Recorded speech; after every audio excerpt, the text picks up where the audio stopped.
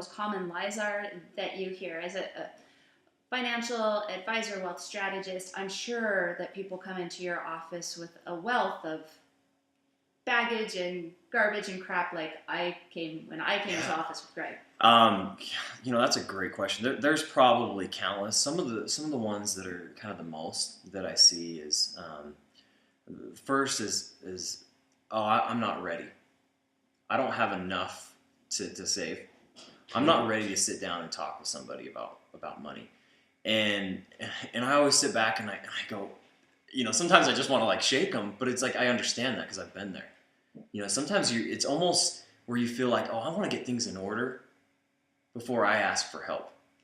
So like when the housekeeper is going to come and I'm tidying up the house and I'm making my bed and I'm actually like scrubbing toilets, I'm like, why am I doing that? The housekeeper is here to help me for 3 hours today. Right. And I have friends that do the same thing, and I always give them a hard time because it's like that's what you're utilizing them for, is to help them so that you can not do that and you can spend your time doing other things, and they're the expert at doing that and doing it efficiently, right? Well, what I say is when you're not ready to sit down, that's when you need to do it. Need to. And that's when you need to be vulnerable and ask for help. And that's one of the things I love about the Lies Project is it's encouraging people to step out of their bounds and be vulnerable and get out of the lies that they tell themselves.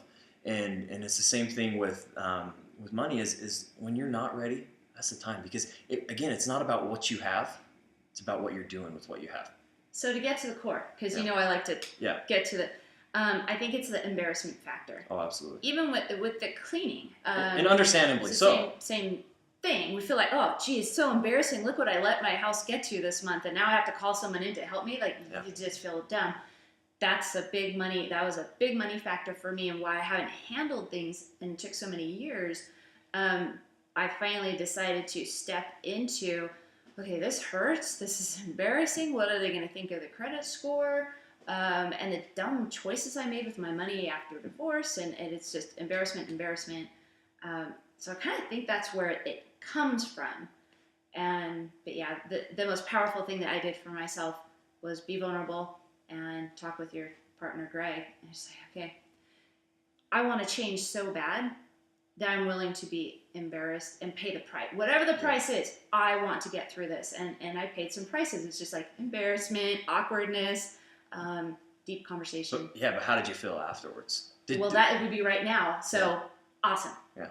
Awesome. And that's the greatest thing and that's why when I love my job the most is when I sit down and somebody I've literally had people almost trembling, right, coming in and saying, this is uncomfortable and it's awkward for me. I'm not accustomed to talking with them about it. And then you sit down and you go, you know what? It's not that bad. Mm-hmm. Your situation isn't that bad. You know what? I like what you tell me. Oh, I've seen worse than that. Yeah, I've seen worse. Yes. I can guarantee I have always seen worse because I've seen it all. You've seen it I've seen it all in my life. And so when you sit down and you say, this isn't that bad. This is the steps that we're going to take and we're going to do it systematically and it's not going to be all at once so it's overwhelming.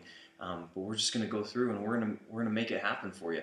And when you see the relief from the face and go, and they start to get that excitement of going, you know what, I'm going to have everything in order. That's probably the most fulfilling part of my job. I can do this. I actually have that in a different video that I shared that. You have helped me to have this feeling of, wait, so I can manage this? Yeah. Because I lived in the swampy crap of my self-worth and what a horrible person I am because I didn't understand how to handle the financial mess I got myself into, and then just stepping out of it and being like, oh, I can do this. Yeah. And it's actually not that hard. And it's actually there's work. There's work to be done. And I'm not saying it's not easy. Yeah. But it's not impossible. That's the big difference. And whenever someone talks about financial freedom, and there's a lot of different terms to financial freedom, but really, to be honest, it's not about how much money you have to have financial freedom. It doesn't mean that you have all this wealth and that you're never gonna have to worry about money and things like that. It's not about that. It's about being in control of your money, having everything aligned, and alleviating the stress of money out of your life. So financial freedom equals alleviating stress of money from your life. Rather than financial freedom means I can go Buy live on the whatever. island of Maui Yeah. and have a yacht, and all my kids will go to Exactly. Harvard. Got it. And how do you achieve freedom? It's education. It's being in control of your money and understanding it. And so once you can do that and you get things in line and you're able to alleviate that stress out of your life. And is money going to bring stress? It's always going to have a little bit of stress. But let's control the things that we can control, right? If we can take care of things and align things properly, get them in the right situation so that now you're in control of your money and your money's not in control of you. That's when you can be on the road to financial freedom, and it's there and it's possible, and it happens, and that's when I love my job, is when people can see the light at the end of the tunnel and say, I can get there, I can become a good steward over my money, and that's when I love my job, and I couldn't be happier doing it. I love it. I'm all quiet because I'm like, gosh, that's where I'm at right now. Because I've been letting go of the stress, and I feel like I have some tools now, and I have people like you and Greg helping me to understand all of it and the steps to take. I create so much and do so much in just one day now. Like especially with making forward movement on the Lives Project, I've just been looking at, geez, even just 6 months ago. Now every day they're like, I text you. Yeah.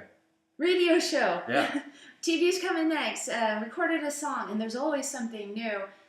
Well, that stress, the money stress. How am I going to pay the mortgage and all the utilities and take care of the 5 kids? Or, it is amazing how it affected my forward movement and my creativity.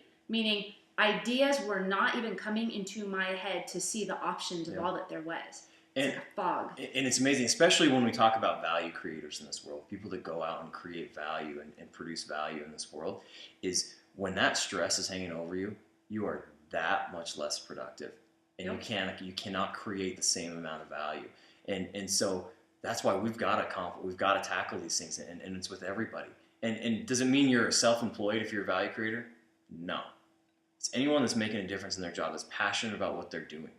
If you want to get to the promotion that you have, and you have these stresses hanging over, you're not going to be that same person at work. You're not going to be as productive, and you're not going to have those powerful conversations with your clients, with your boss, and whatever it is, right? So that's what we want to do, is we want to take out these stresses, increase your human life value and your ability to produce income, and that's when money follows value, right there. So true. Money follows value. I want to do like a whole series on that. I love it. Awesome. Thank you.